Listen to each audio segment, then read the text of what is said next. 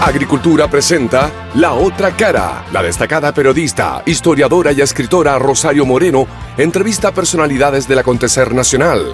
Una conversación directa para conocer La Otra Cara. Auspicia GTD y su conexión más estable con Hiro 6 de Amazon.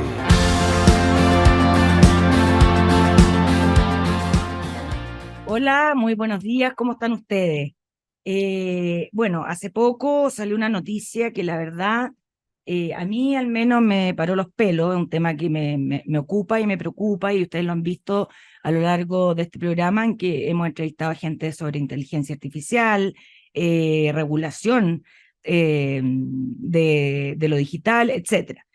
Se firmó a varios académicos y expertos mundiales, entre ellos Elon Musk, dueño de Twitter, firmaron un llamado a hacer una pausa de 6 meses en la investigación sobre la inteligencia artificial, más potentes como ChatGPT-4, porque advirtieron que podría haber grandes riesgos para la humanidad. Claramente, que los mismos dueños de este tipo de tecnologías y pidan 6 meses para profundizar en los estudios y todo eso, nos está hablando de que el tema de la inteligencia artificial está avanzando más rápido de lo que uno quisiera. Como decía Paul Valery, la mente humana está preparada para lo que la mente humana está haciendo. Entonces, no sé si estamos más rápido que la mente nuestra. Por eso estamos hoy día con Ignacio López. Él es doctor en lenguaje, discurso y comunicación y académico de la Facultad de Comunicaciones de la Universidad Católica. Él es periodista, magíster en comunicación estratégica de la Universidad Católica, doctor en lenguaje, discurso y comunicación del King's College London del Reino Unido, de la misma institución. Además es Master of Science. Ha hecho investigaciones en comunicación digital, ética de las comunicaciones, análisis del discurso, semiótica y narración escrita. Y es profesor de la Universidad Católica, tanto en el tema digital y en la ética. Entonces, lo que queremos hablar hoy día y profundizar es cómo está el periodismo en la era de las redes sociales, en la era digital, cómo está la ética, y todos esos temas que a la larga todos nos influyen porque todos nos alimentamos todos los días de los medios de comunicación para estar informados. Buenos días, ¿cómo estás tú? Hola, muchas gracias por la invitación. Feliz, pues. Ignacio, cuando tú estudiaste periodismo, no existían internet, ni redes sociales.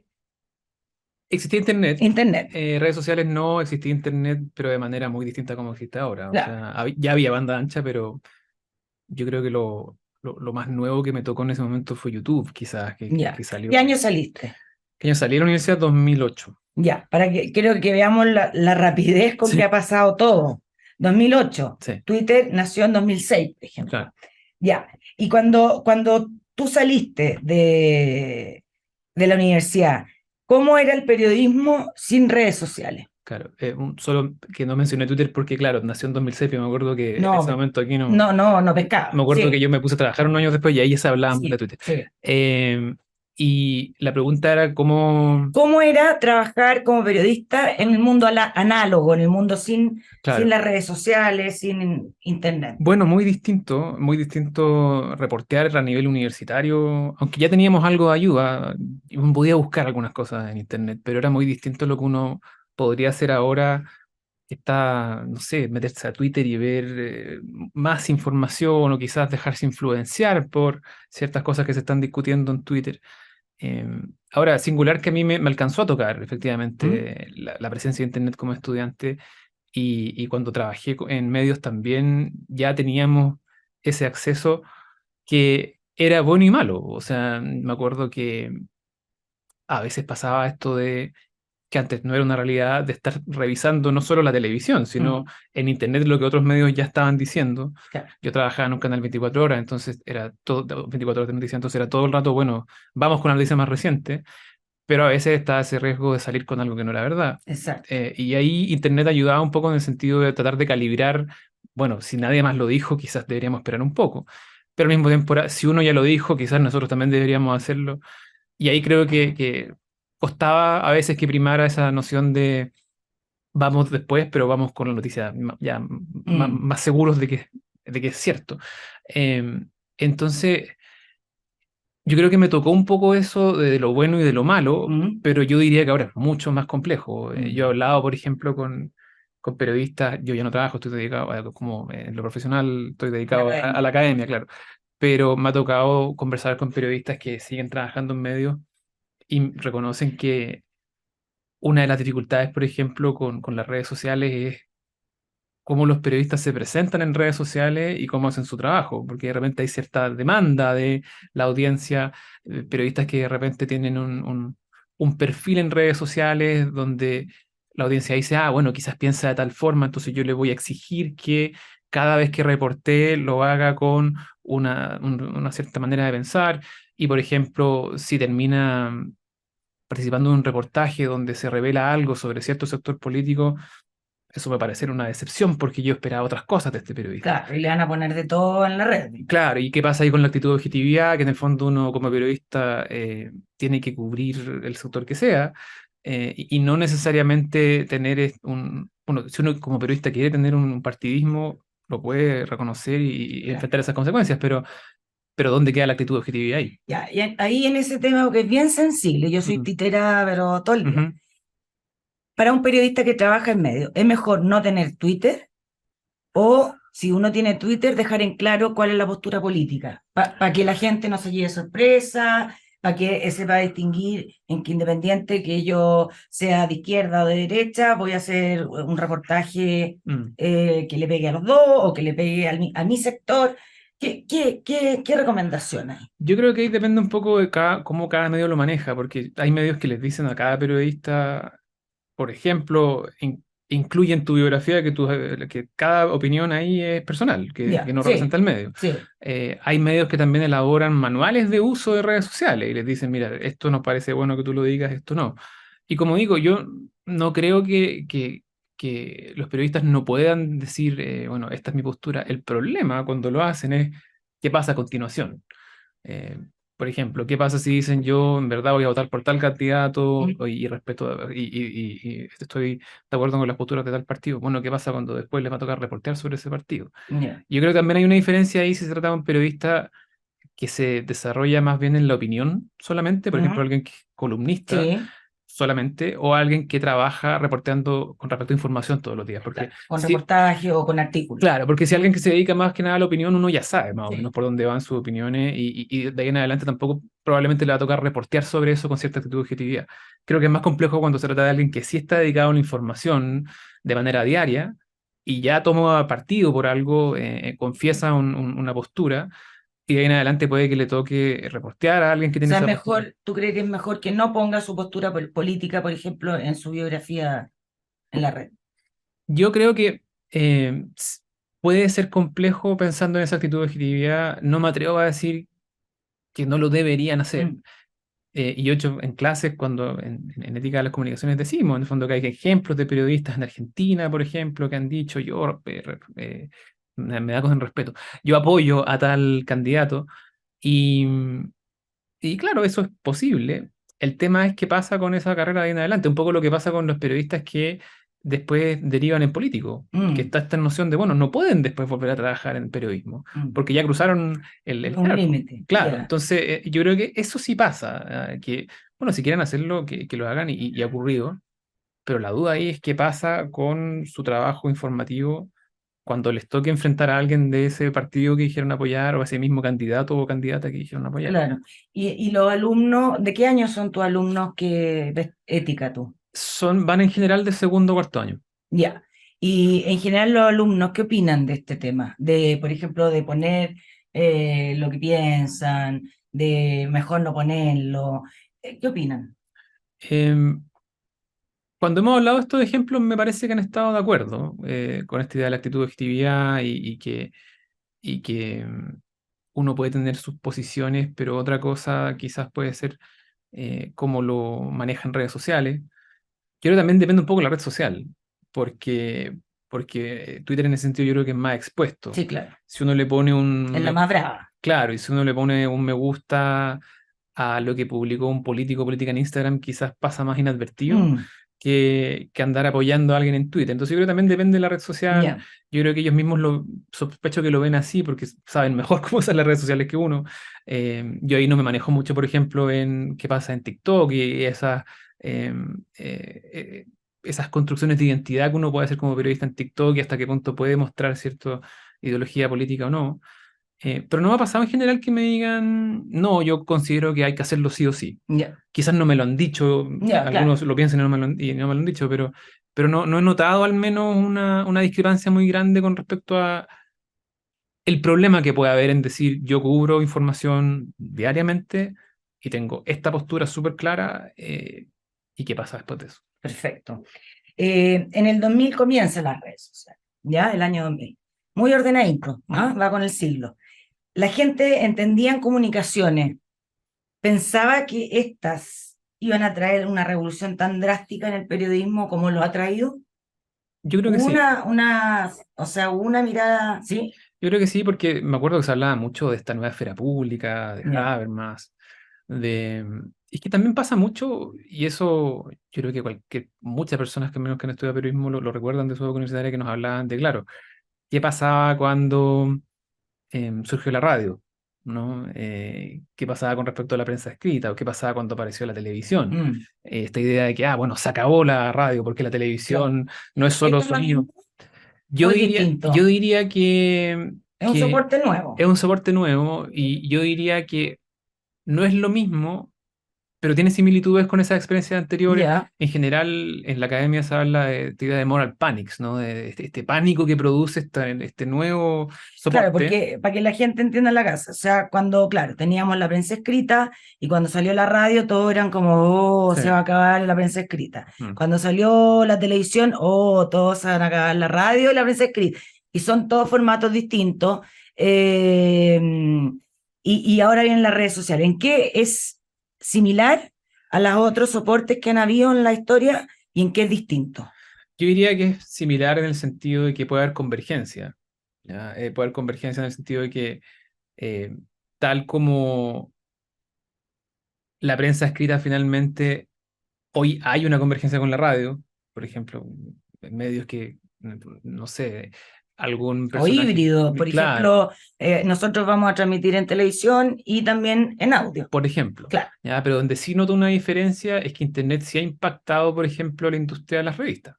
ya, ¿Ya? Y ahí eso me parece bastante innegable. O sea, sí, hay una nostalgia, y yo me incluyo dentro de esos nostálgicos yo por las también. revistas, me imagino. Y por los diarios, que Y también han muerto algunos. claro, de los que han muerto, y yo creo que ahí Internet se ha influido, porque cambió, ¿cierto? El modelo, cambió a la industria en ese sentido. Entonces yo creo que parte de esas voces que más o menos en el año 2000, ¿Mm? años posteriores, decían que iba a haber un cambio muy grande, estaban en lo correcto en ese sentido. Mm. Pero yo creo que quienes decían que, bueno, Internet va a matar el periodismo, se estaban exagerando. Ya, ¿Ya? pero ¿en qué, tú me dices, en qué es distinto a lo otro? En que, claro, ha sacado afuera del mercado a mucha prensa escrita, pero independiente de eso, eh, ¿es más allá de un soporte distinto o Sí, tiene características eh, diversas en comparación a la televisión, a la radio y a la prensa? es que yo creo que ha tenido un efecto que esos cambios anteriores no tuvieron, Mm, que es, por ejemplo, qué pasa con la idea de la verdad, algo tan ético como la idea de la verdad, ¿ya? ¿no? Y toda esta discusión de la posverdad tiene mucho que ver con Internet también, Mm, ¿no? Y tiene que ver mucho con tecnología, con la idea de los deepfakes. Yo cuando hago mis clases de ética siempre les digo a mis estudiantes que eh, no es mi intención sonar antitecnológico, al mm. contrario, a mí me interesa, como Y tú hay que misma decías. subirse, hay que estar Sí, ¿no? Y a en nivel la académico, en vanguardia. términos de participación, me interesa cómo lo Claro, digital permite ya. ciertas formas de participación. Pero sí es cierto que hoy hay modificaciones que se pueden hacer por medio de la tecnología, de fotos, de imágenes, que pueden, Trucar, estás sí, hablando tú, sí, para que la gente, sí, o filtros, sí, todo tipo de todo tipo de cosas, modificaciones que que alteran hacen la realidad. y que son cada vez más complejas, son cada vez más sofisticadas y hacen que uno fácilmente pueda Claro. caer.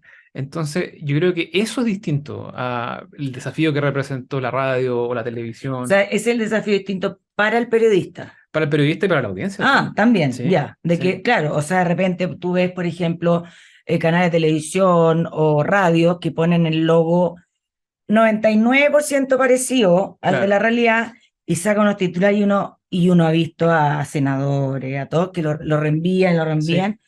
O sea, yo creo que todos hemos caído alguna vez. Mm, Entonces, eso es un poco como la caricatura, pero también lo de lo trucado. claro, Entonces, pues ven a la persona en presencial y dicen, ¿ah?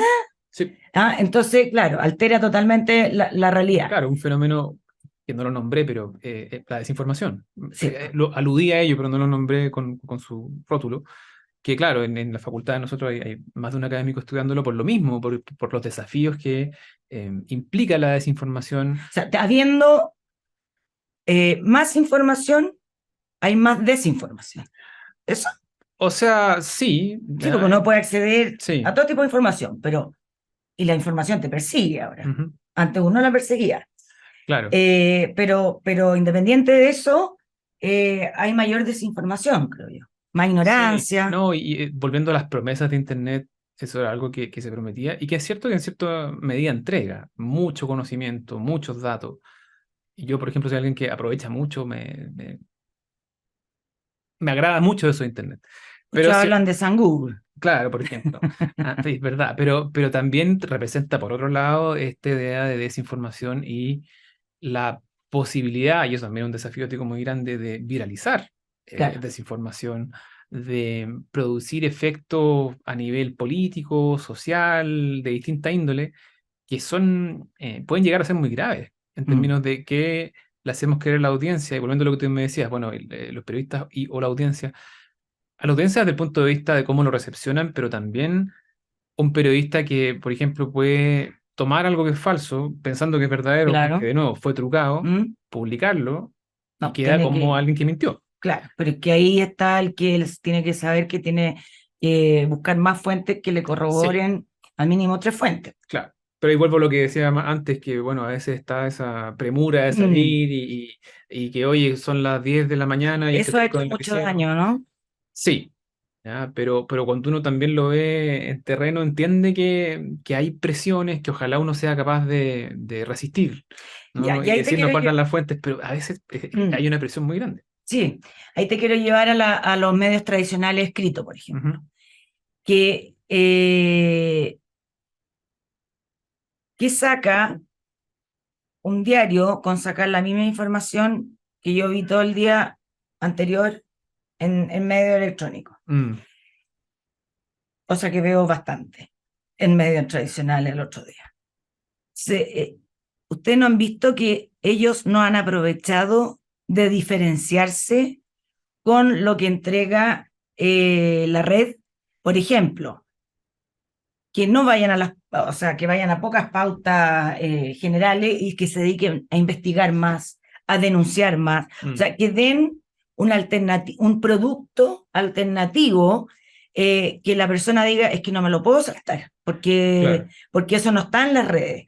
Entonces, a mí entre que me molesta, me duele que uno vea medios a las 12 de la noche ya con la portada en internet. ¿Sí? Sí, sí, de hecho estoy suscrita a uno de esos. Mm, Entonces uno dice, pero ¿cómo? Cuando uno tenía abierto hasta las 4 de la mañana mm. la portada del diario por si cambiaba algo. Claro, por De si hecho, pasa el algo. tema, para que la gente sepa, cuando tomaron preso a Pinochet en Londres, esa noticia se supo a las 2 3 de la mañana y Mm, por eso que la llevaron cortita en el Mercurio. Pero si yo cierro el diario a las 12, o sea, no cabe, no cabe. Entonces, ¿qué han hablado, qué han analizado ustedes de que hay oportunidades que los medios tradicionales, prensa, no han aprovechado, dado la realidad que hay hoy día con las redes sociales O sea, yo creo y que digital, digamos? siempre hay espacio para aprovecharlo más, pero yo creo que hay medios que sí han tratado de darle una vuelta. Ya, medios que, por ejemplo, sacan más o menos a la hora del almuerzo una edición más tipo reportaje.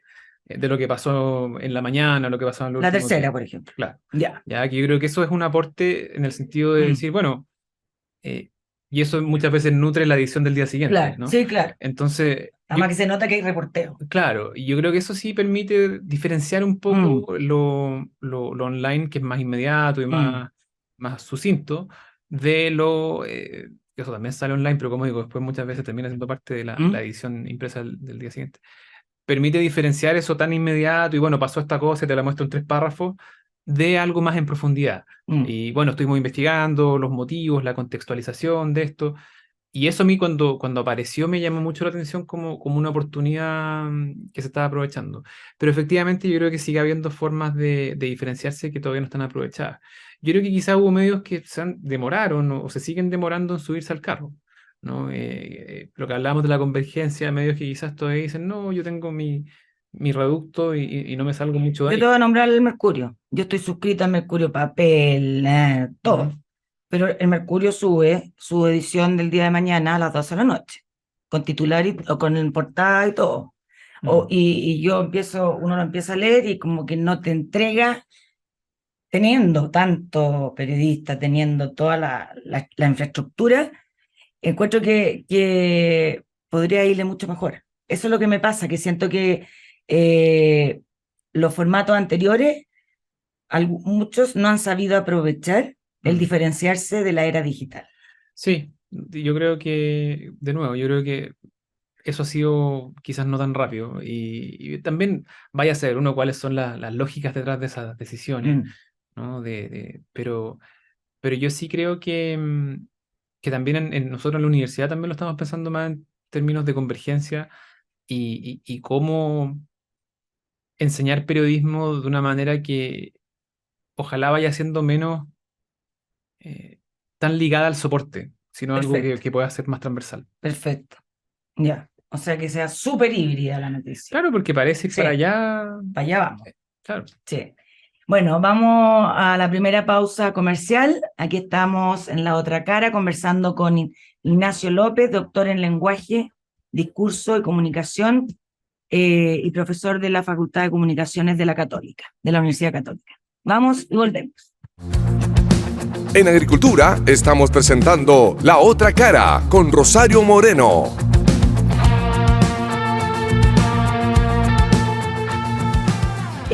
Bueno, aquí estamos de vuelta en la otra cara, conversando cómo es hacer periodismo hoy día en la era digital.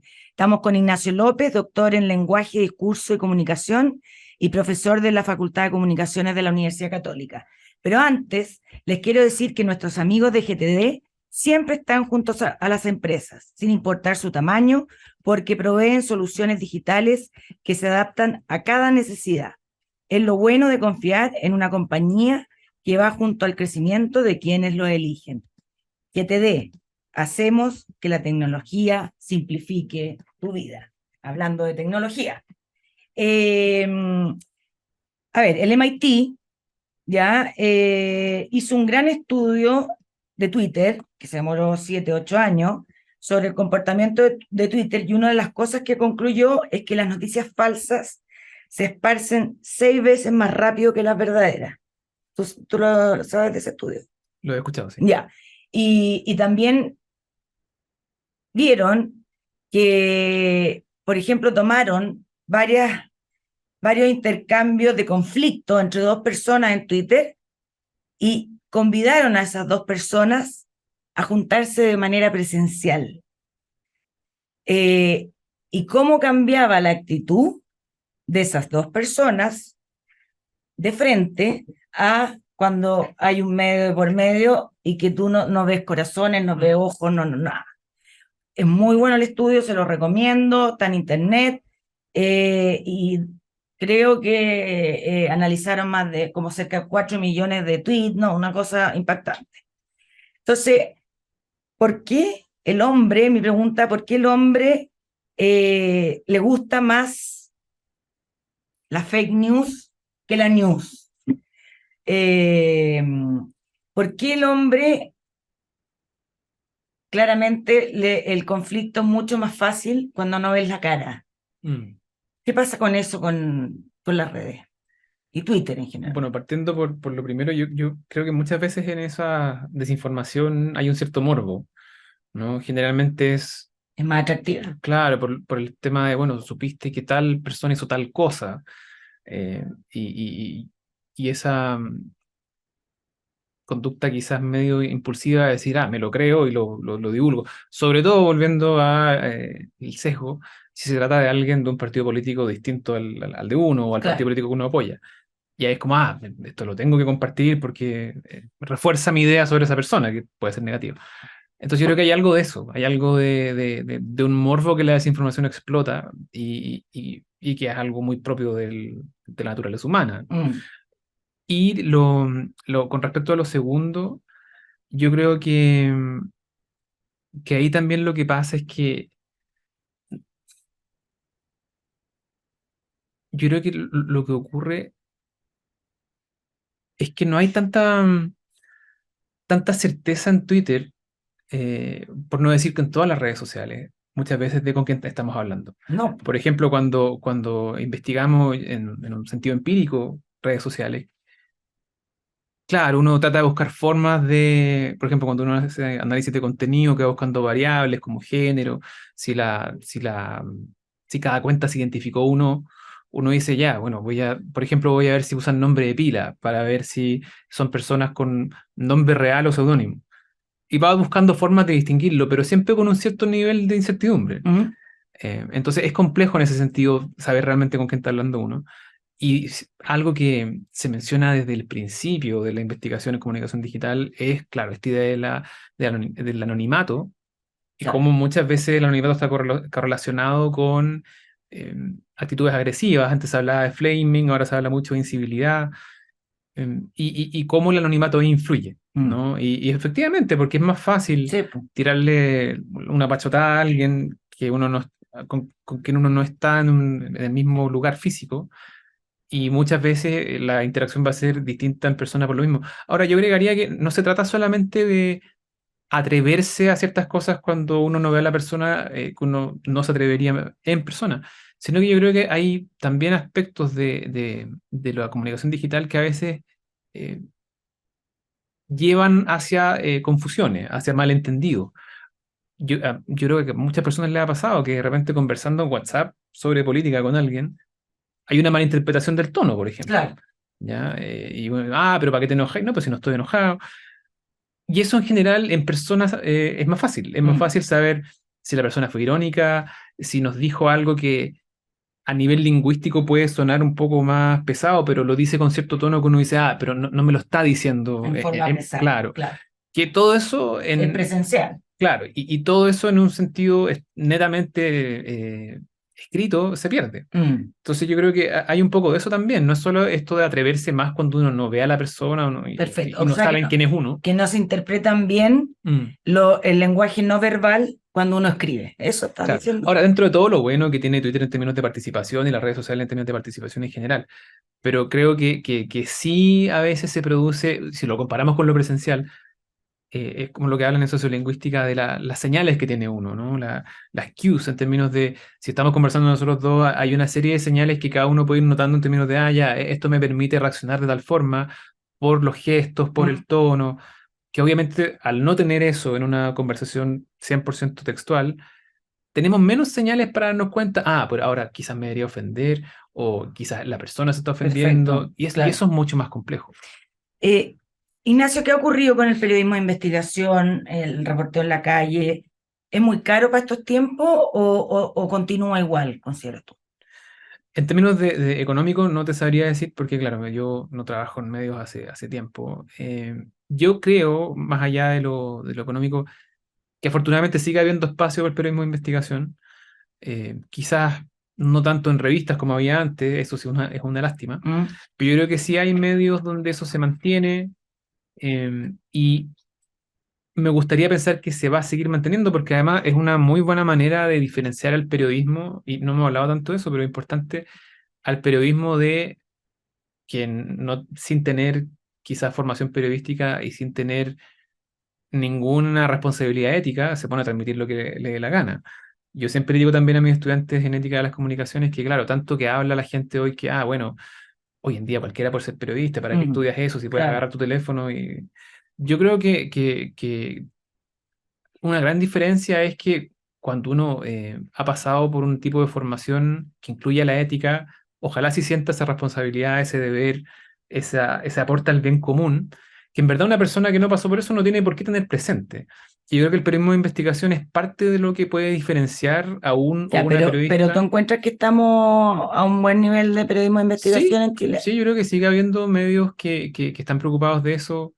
Creo que sigue habiendo espacio para eso en medios tradicionales, Ya, em, en medios no tan tradicionales también. ya, Estoy pensando en CIPER, por ejemplo. ya. Em, y ahora que me gustaría ver más de eso, sin duda, pero no diría que está en un mal momento. Y ojalá, como digo, siga siendo algo que distinga al periodismo de alguien que simplemente está preocupado de transmitir y, por ejemplo, de repente, Grabar con el celular. claro, y de repente mostrar algo sensacionalista porque no tiene ningún sentido de responsabilidad. Perfecto. Y en general el periodismo hoy día en Chile, ¿no lo encuentras que está un poco más light? O sea, yo creo que depende de en qué se fije uno, ¿no? Por ejemplo, pasó para el estallido social que hubo una reformulación bastante notoria de los matinales, ¿no? Tuvieron un giro periodístico. ¿Mm? Creo que mucha gente agradeció. Pero si uno ve matinales ahora, volvimos un poco a la fórmula. Pero ¿tú crees que en el minuto del estallido, cuando los matinales cambiaron, Ujú. eh, era objetiva la visión que mostraban? Porque en No, general no eran periodistas los que estaban todo el no, tiempo en el matinal. puede que no haya habido una actitud de objetividad. Yo creo que ya, claro, eso ya es otro análisis en el fondo y quizás ahí habría que verlo en el sentido de cada canal y los tipos de transmisión.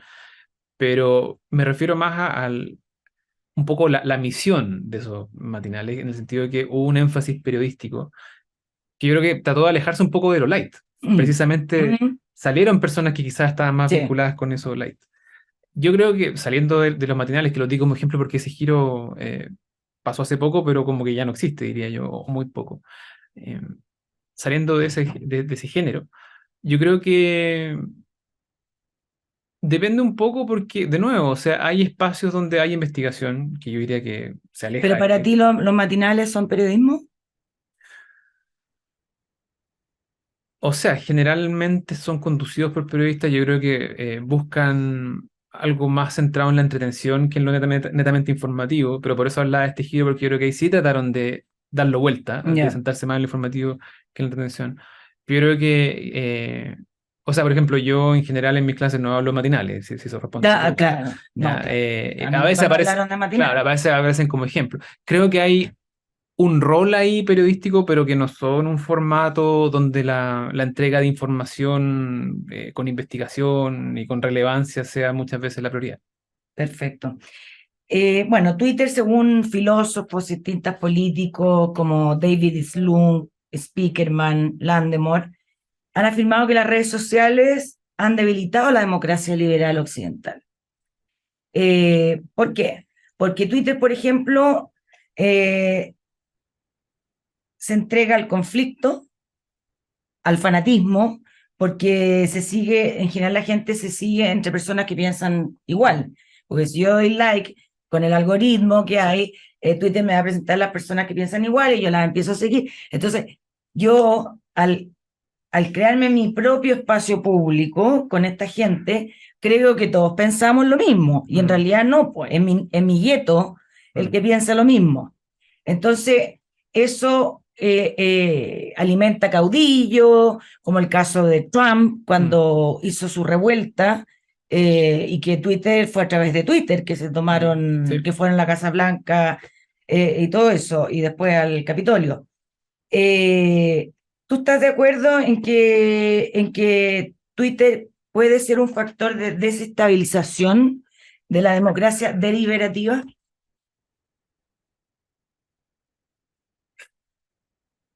Yo creo que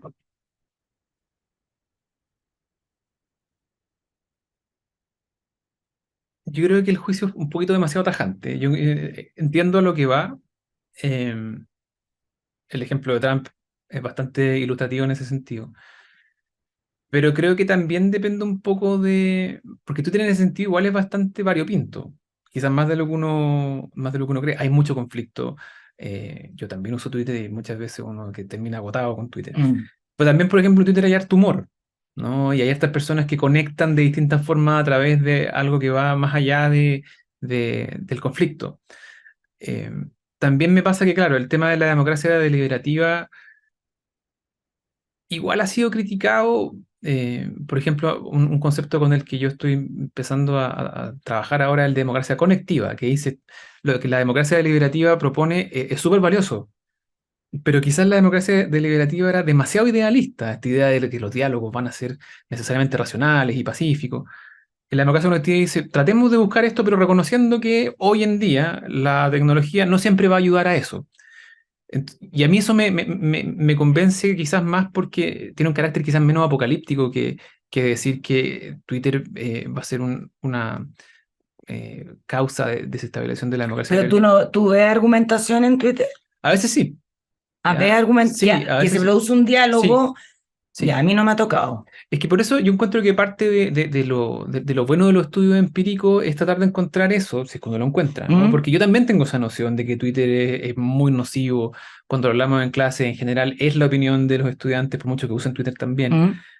Pero es interesante cuando uno hace investigaciones empíricas donde a veces la muestra revela algo no tan así. No. O a veces la muestra sí te revela que todos se odiaron, pero sí creo que depende un poco de esas subcomunidades que puede haber en una red social como Twitter. ¿Mm? Si ¿Mm? bien sí hay incivilidad y hay violencia, y como digo, a veces uno se frustra mucho viendo conversaciones en Twitter, yo no participo tanto, pero viendo cómo el resto conversa, hay algo de eso, pero yo creo que mm, también tiene cierto aporte que muchas veces no tomamos en cuenta.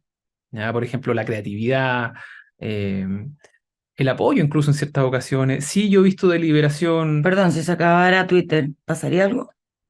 No, es que por eso te digo, yo creo que hay un aporte. Es que, a ver, ahí estamos hablando de la práctica. Sí. ¿Ya? Se acaba Twitter. ¿Mm? Elon Musk mata al pajarito.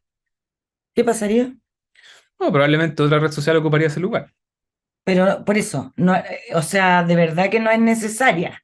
No, puede ser que no, pero por eso digo, o sea, Y cuando está, hace daño. sí, o sea, por eso. Piensa, Ignacio, muchas veces los gobiernos gobiernan por lo que piensa Twitter. Por ejemplo, hace unos días, el cuñado de Giorgio Jackson lo sacaron de el Ministerio de Obras Públicas, donde ganaba 2 millones, porque entró, digamos, al parecer con cuña. Y eso se levantó en Twitter y eso pasó al medio escrito y lo echaron de un día para otro. Sí, pero por eso digo, o sea, yo creo que hay cosas bastante nocivas en Twitter, pero no tendría una visión absoluta en el sentido de que no hay cosas rescatables. Tu pregunta, ¿qué pasa si Twitter desaparece? ¿Mm? Bueno, ¿qué pasa si desaparece cualquier red social?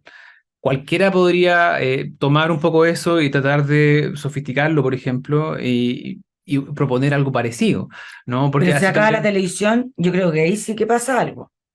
Sí, no, pero es que por eso A digo. eso voy, que creo que el soporte es más de peso el de los medios tradicionales Mm. que el de las redes sociales. Es que no solo las redes sociales, sino todo esto que ha salido con Internet ha tendido a ser un poquito efímero en términos de tiempo, ¿no? Estaban de moda, no sé, pues estaban de moda un tiempo los chats, ¿Mm? pero fueron desapareciendo, los ¿Mm? blogs fueron ¿Mm? desapareciendo, que todavía hay los foros de discusión. No, pero han durado Los foros nada. de discusión, por ejemplo, tienen interacciones más nuevas como una página como Reddit, por eso digo que se van Sí. transformando. Pero es cierto que si uno lo compara con la radio o la televisión, esos son mucho más estables.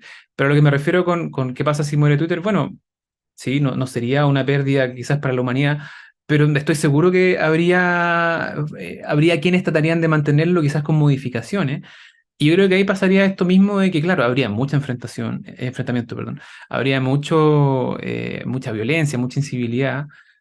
Si se muere Twitter, No, O, si vuelve a aparecer otra red otra, como un Twitter, Twitter 2, digamos. claro, Ya, o 3 o 4. ya. Pero sí creo que, y eso es algo que quizás, algo que he tratado de ir mencionando a través de los años como investigador, que también hay que ver qué tipo de comunidades se van formando, porque hay algunas que escapan un poco de eso en estas redes sociales. Y eso vale la pena, yo creo, irlo viendo, no sé, los mismos memes, como hablábamos, ¿no? De que Mm, hay creatividad, hay humor, hay más creación de comunidad, ¿no? Alguien que investigó alguna vez, me acuerdo, comunidades súper específicas en Twitter de, por ejemplo, gente que, no me acuerdo, creo que practicaban algún tipo de deporte, de alguna manera se conectaban en Twitter por un hashtag. Entonces, eso ya, se puede dar, es quizás más minoritario, mm, pero se puede dar y creo que también vale la pena incorporarlo dentro de esta visión. perfecto. Tenemos que ir a la segunda pausa comercial, pasa muy rápido esto. Estamos conversando con Ignacio López, doctor en lenguaje, discurso y comunicación. Vamos y volvemos. En Agricultura estamos presentando La Otra Cara con Rosario Moreno.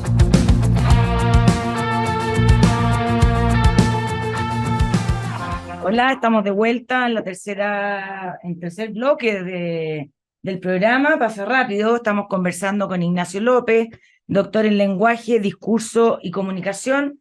Pero antes de seguir, les quiero contar que Alimentos Cisternas, 70 años de nutrición animal, presente en todo Chile. Alimentos Cisternas, ser siempre el mejor.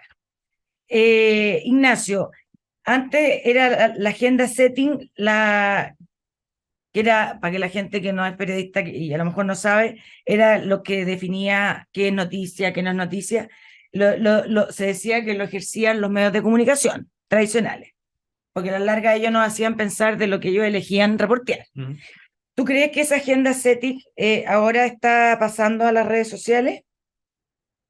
Yo creo que puede ser un poco más democrática que antes, pero no.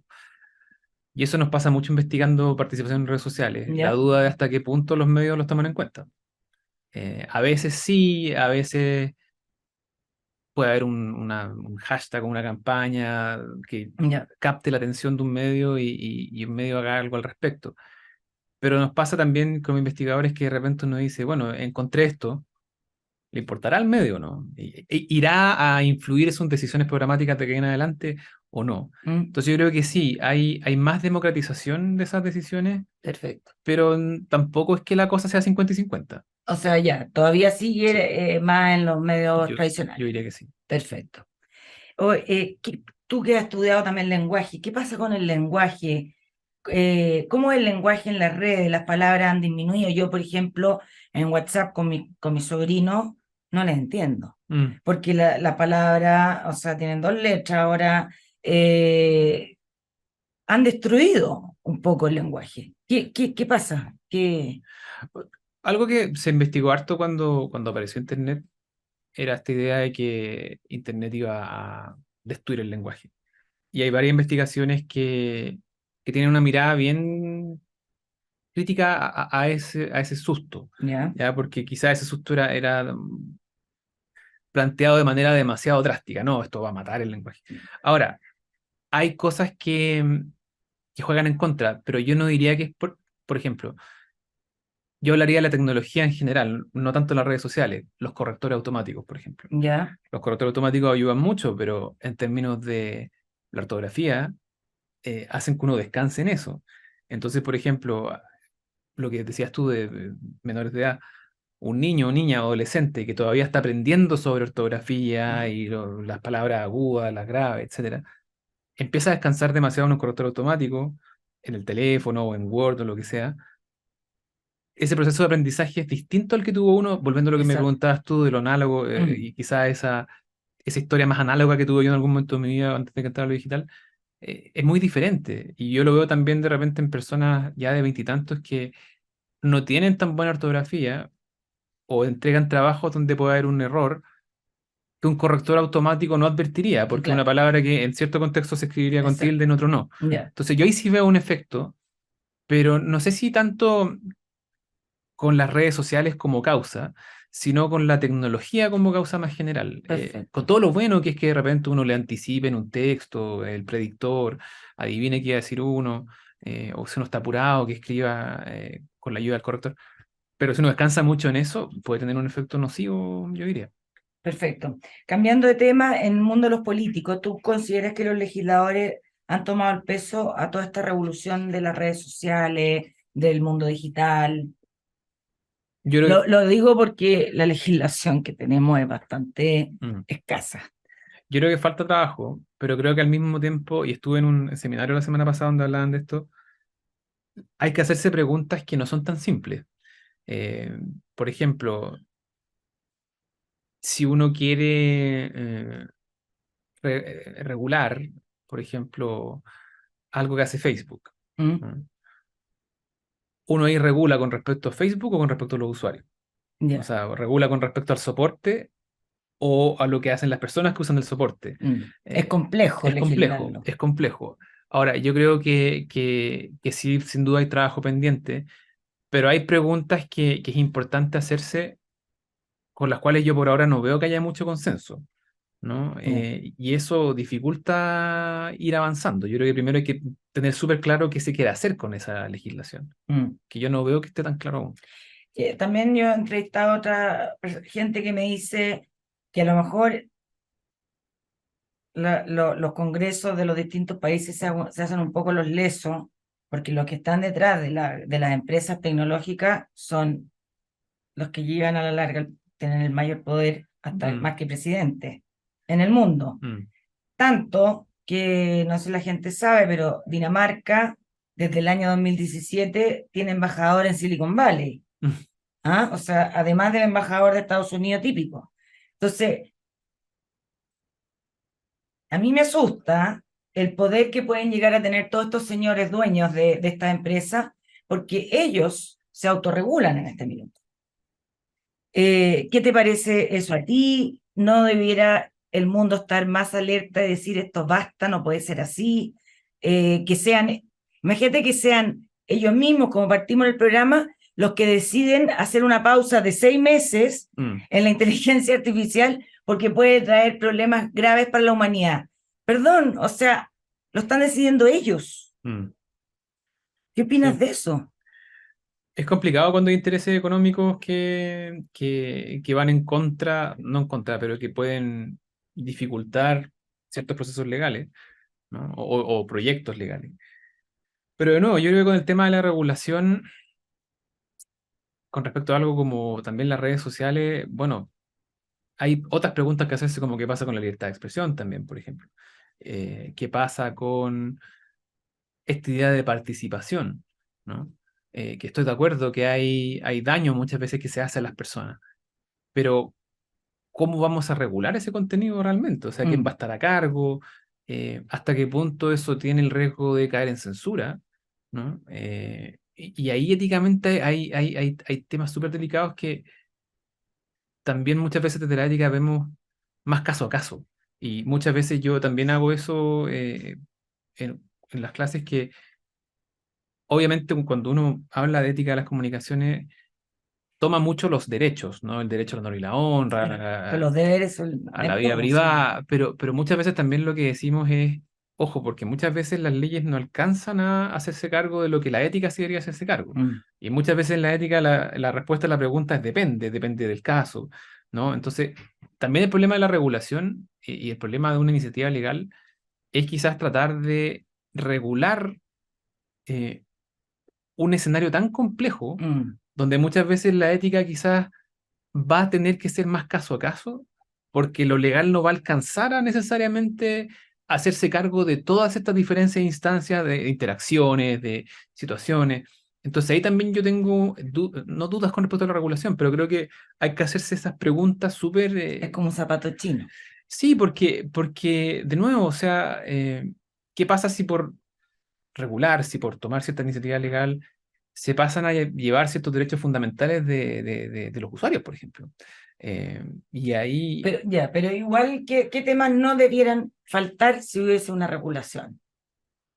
o sea, yo creo que algo que, de nuevo, sigue siendo un desafío es la desinformación, ¿no? ¿Cuál puede ser la responsabilidad de una persona que desinforme? Perfecto. ¿no? Pero de nuevo, o sea, ahí también me produce cierta incomodidad en Si yo términos de, retuiteo, claro. pero puede estar pagado para retuitearlo. O también puede Sí, ser alguien que retuiteó pensando que era verdad. claro, Entonces, pero otros pueden estar en un ejército pagando por una campaña política y claro, que hay que retuitear. sí. Entonces, claro, ahí ya, pero tú dices que tiene que haber algo de cómo penalizar a los que...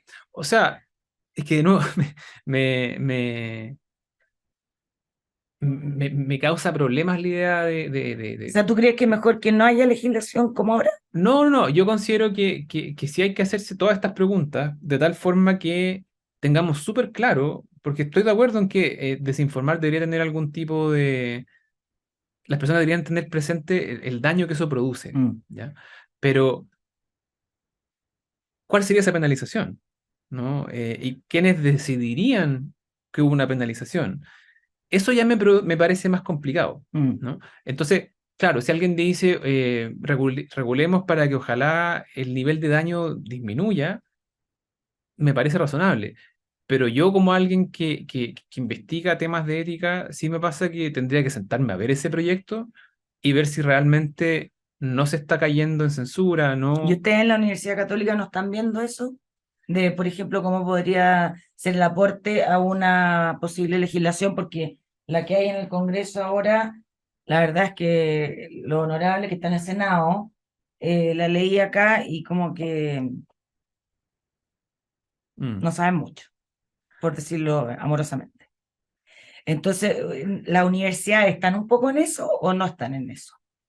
Yo creo que en este momento en términos de investigación no es algo que estemos mirando eh, en conjunto, Ya. ¿no? No, no es algo, porque también esto se cruza con discusiones de una posible nueva constitución y el rol de los medios ahí. Ujú, Entonces hay discusiones a nivel país de los cuales más de una facultad ha sido parte, ya. ¿no? Pero el tema del regular las redes sociales, yo creo que algo que, de nuevo, muchas veces a ciertas facultades de comunicaciones les produce esa noción de, pero ¿cómo lo harían?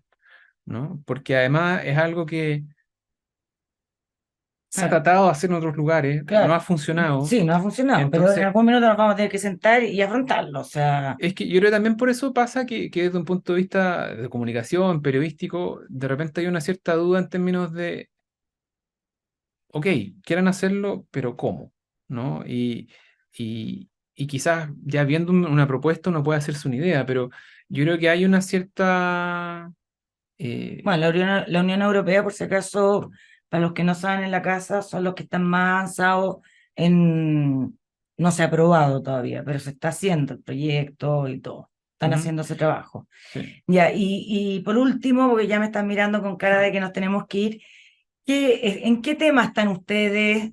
Así como el 2000 estaban viendo que venían las redes sociales y que va a ser un cambio drástico en el periodismo, ¿están viendo ahora algo que venga que también va a producir cambios paradigmáticos o cambios importantes en las comunicaciones?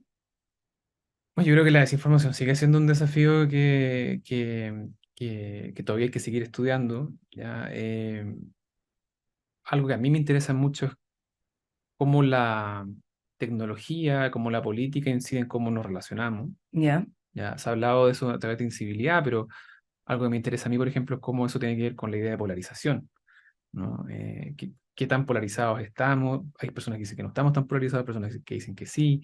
Eh, y bueno, también pensando en la tecnología, un poco lo que decías tú, esta noticia, ¿qué pasa con la inteligencia artificial? Yo creo que eso es algo que en algún momento hay que mirarlo más desde un punto de vista empírico, ¿no? Desde un punto de vista de análisis. Pero también nosotros, claro, como somos una facultad donde no solo hay periodismo, sino que también comunicación aplicada, entonces hay muchas investigaciones sobre comunicación y educación, qué pasa con la comunicación y educación a futuro, ¿no? Los desafíos a futuro. Eh, y, yo creo que no todo tiene que ver con tecnología, hay ciertamente académicos y académicas que están involucrados en otros aspectos, sino que como yo me he centrado más en tecnología, mis inquietudes van un poco más por ahí. ya. Perfecto, pero no tiene en vista algo, una bomba que va a llegar en algún minuto, Es que yo creo o que se que, esté creando una yo bomba. creo que lo que ha sido muy mencionado como una bomba es la inteligencia artificial, ¿no? Ya, Como esta gran revolución. Pero yo creo que eso necesita más atención académica y ver realmente cómo enfrentarlo. Pero si me preguntas por un desafío así que ¿Mm? esté ahora, yo creo que la inteligencia artificial, pero hay que verlo con suficiente tiempo y ver qué podría implicar. Perfecto. Muchas gracias. Bueno, un saludo para todos los que están en la casa, oyéndonos o viéndonos. Conversamos con Ignacio López, doctor en lenguaje, discurso y comunicación. Espero que les vaya bien y muchas gracias, Ignacio, por haber venido. No, gracias por la invitación de nuevo. En agricultura fue La Otra Cara con Rosario Moreno. Auspicia GTD y su conexión más estable con Hero 6 de Amazon. Producción Doris Mora.